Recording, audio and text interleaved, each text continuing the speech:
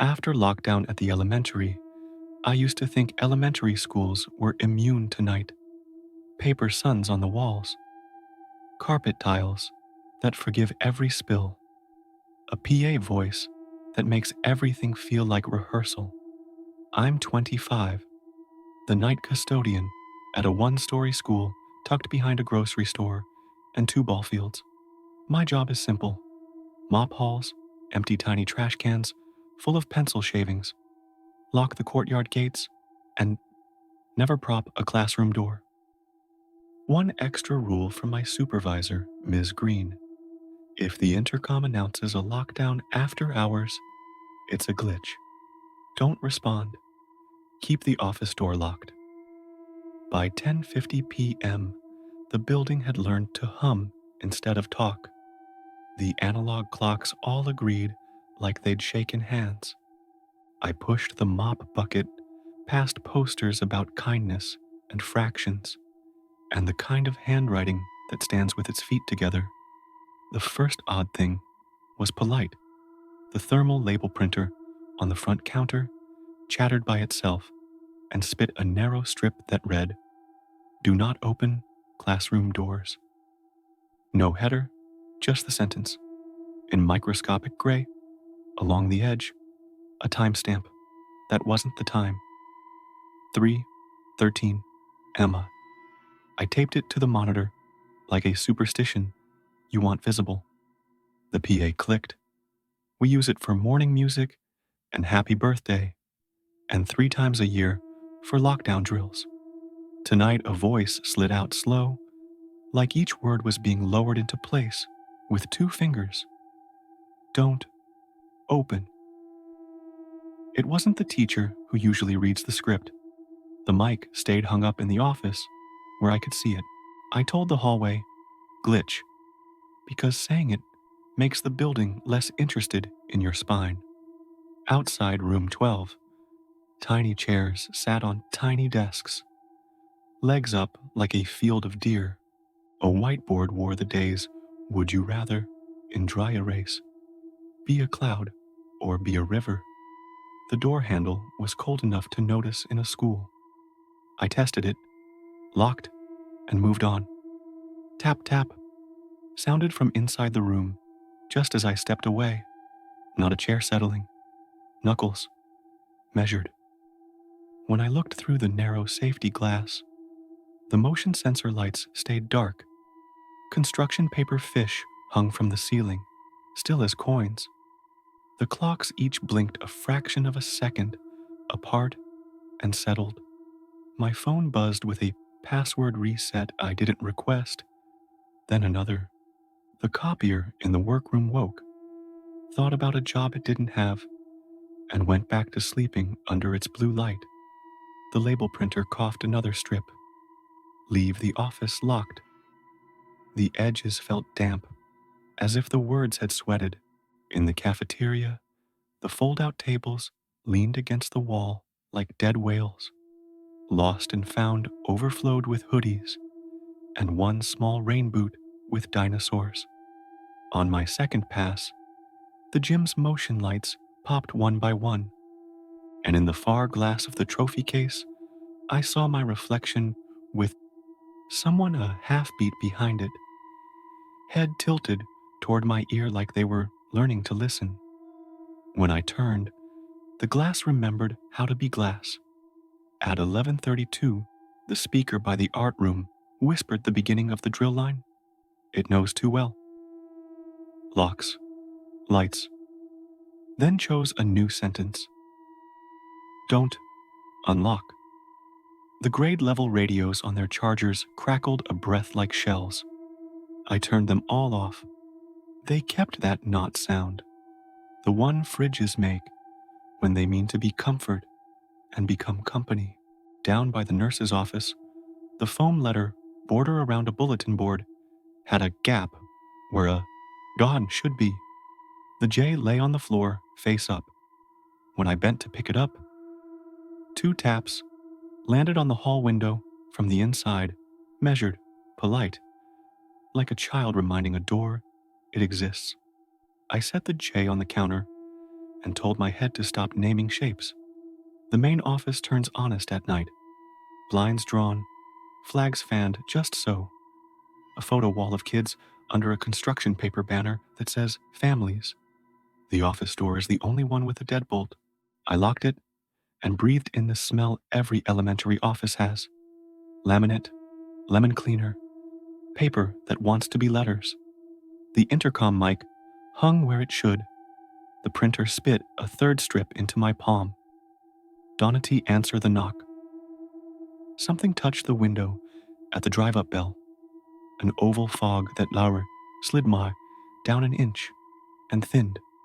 When I checked the camera, the parking lot lay empty, under sodium. Past the baseball field, the highway sighed like a person asleep on the other side of a thin wall. At 12:07, the school changed its mind about noise. Not quieter, aligned. The exit signs, the rooftop fans, the little compressor in the milk cooler, all breathed on the same beat. The PA clicked and didn't announce. It simply breathed. Once, in, like it wanted to learn a word, and then remembered it didn't have to. I did the courtyard gates and the dumpster run because being outside makes the building remember it. It's not the whole world.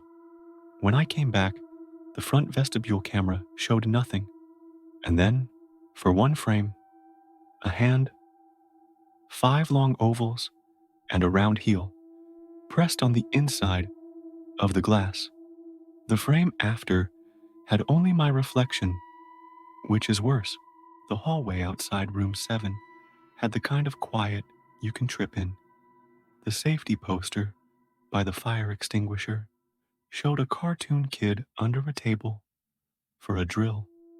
A crayon had added a second kid holding that kid's hand from the wrong side of the table. I'm not superstitious about crayons, but I took my hand off the extinguisher handle too fast anyway. The principal keeps a small basement boiler room, like a museum of valves. It's down a short flight no one uses. Ms. Green's extra rule says don't go down there after hours. The ma-pa-pa chose that moment to say, slow and careful, don't go down. The light over the stairwell flickered and steadied. I held the mop handle the way people hold relics.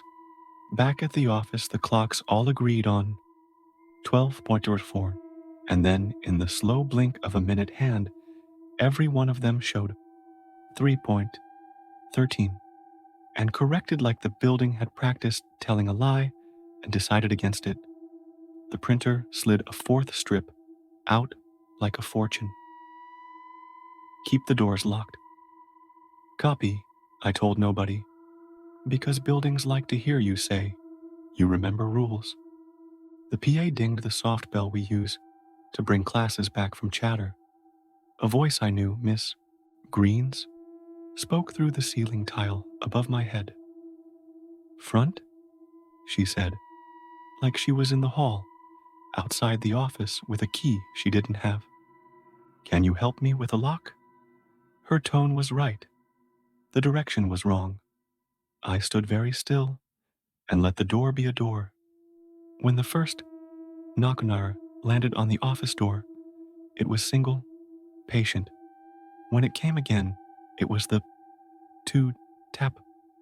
Teachers use on classroom doors during drills to say, it S me. My hand went to the deadbolt and stayed on the cool metal without turning. The PA made the smallest sound, like a throat deciding, and said, don't answer. I didn't. I waited the way you wait for hot things to cool. The knocks moved down the hall to the counselor's office, then to the copy room, then back like someone tracing the route of their own morning. The office phone rang. The caller ID said, main office. I let it go to voicemail. The transcription filled, leave it locked, in a font that looked like my own neatest writing. After 1 a.m., the custodial closet muffled a thump, a second thump, measured, and soft, like a kid setting a backpack down twice. To decide which corner of hooks it wanted, I opened the closet and found only mop heads hung upside down like jellyfish. The mirror on the inside of the door showed my face and another head. Behind mine, in the gray metal, turned toward my neck, with its mouth parted like it had reached the first half of Donata, and didn't he want to try the rest? I finished trash the way people finish rosaries. When the wheels on my cart squealed, they did it in a rhythm that wanted to be two knuckle knocks and wasn't, and I told them they were silly out loud until they believed me. At 1:41, the PA chose to be brave and unhelpful.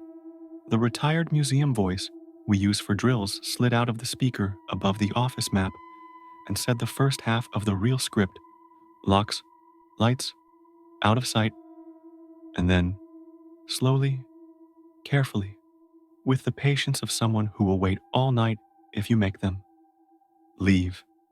It locked. I wrote, "Quiet night," on the checklist because the form wants that. The printer fed one last strip, edges damp, do not open classroom doors. Again, like the night was testing if repetition makes obedience easier.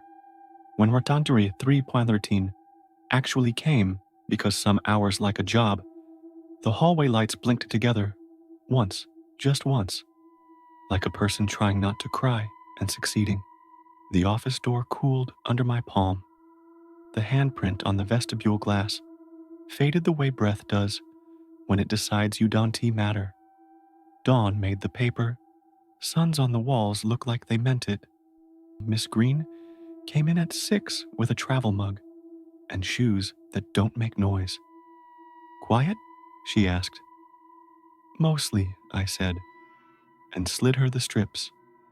She frowned at "Do not open classroom doors," as if it were a supply she hadn't ordered. "Printer's old," she said, "because managers carry that spell for nights they weren't awake for."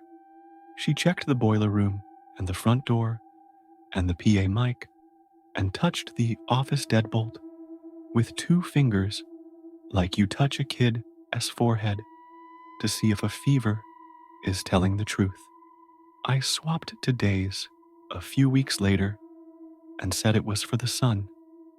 It was partly that, and partly the way my apartment door knocks twice, around 3.13. Some nights like a teacher checking on kids hiding under tables.